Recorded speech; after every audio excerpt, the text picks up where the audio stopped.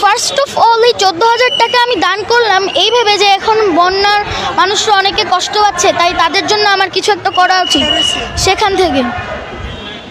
তো দ্বিতীয়ত এটা যে আমি যখন টিভিতে দেখলাম যে সবাই এত কষ্ট পাচ্ছে, আমি সেই টাকাটা তাদের জন্য তখন এখানে ডোনেশন করলাম। তৃতীয়ত আমার উদ্দেশ্য ছিল উমরার জন্য ওই টাকাগুলো জমানো। আমি আরও জমাইতে পারতাম, কিন্তু কনসিকুয়েন্টলি যখন অল অফ আ সাডেন যখন এই ঘটনা হয়ে গেল, তখন কনসিকুয়েন্টলি আমার খুব খারাপ লাগলো, এজন্য আমি তখন সেটি তাদের জন্য ডোনেশন করলাম এখানে।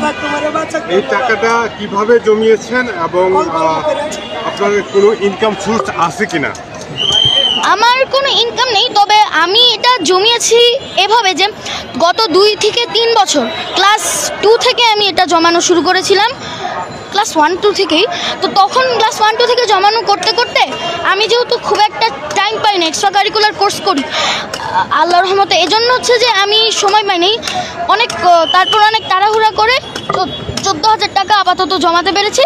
তো কনসিকুয়েন্টলি এই টাকাটা আমি তাদেরকে দিলাম, কারণ অল অফ আ সাডেন যখন এই ফ্লাডটা শুরু হলো সেজন্য। আপনার পরিচয়টা আবার দিবেন? আমার পরিচয় দিচ্ছি। আচ্ছা, আমার পরিচয় হচ্ছে, আমার নাম শাহিদ কাউসারুল আনোয়ার। আমি উদয়ন উচ্চ মাধ্যমিক বিদ্যালয়ের 4র্থ শ্রেণীর একজন শিক্ষার্থী। আবার একটু পিছনে যেতে চাই, তাহলে কি আমরা মনে করব যে আপনার টিফিনের টাকা জমিয়েছেন, জমানো টাকাই এখানে দান করলেন? আমার টিফিনের জমানো টাকা না, আমার হচ্ছে যে বাসা থেকে মাঝে মাঝে আমি টাকা নিতাম, তো ওই টাকাটা একটু একটু করে 10-20 টাকা 100-200 টাকা জমাতে জমাতে এরকম হয়ে গেছে।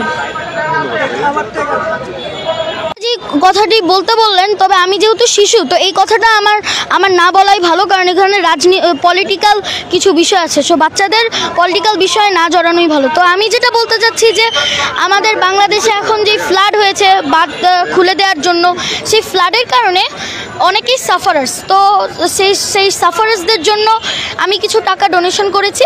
তার অ্যামাউন্ট হচ্ছে 14,500 টাকা।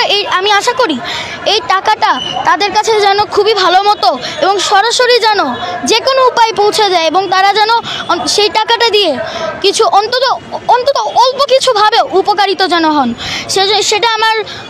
সেটা আমার আশা। এবং আমি এটাও আশা করি যাতে আপনারা সবাই যে নিজের নিজের জেলা থেকে সবার আমাদের যারা সাফারার্স তাদের উদ্দেশ্যে ডোনেশন করুন। তো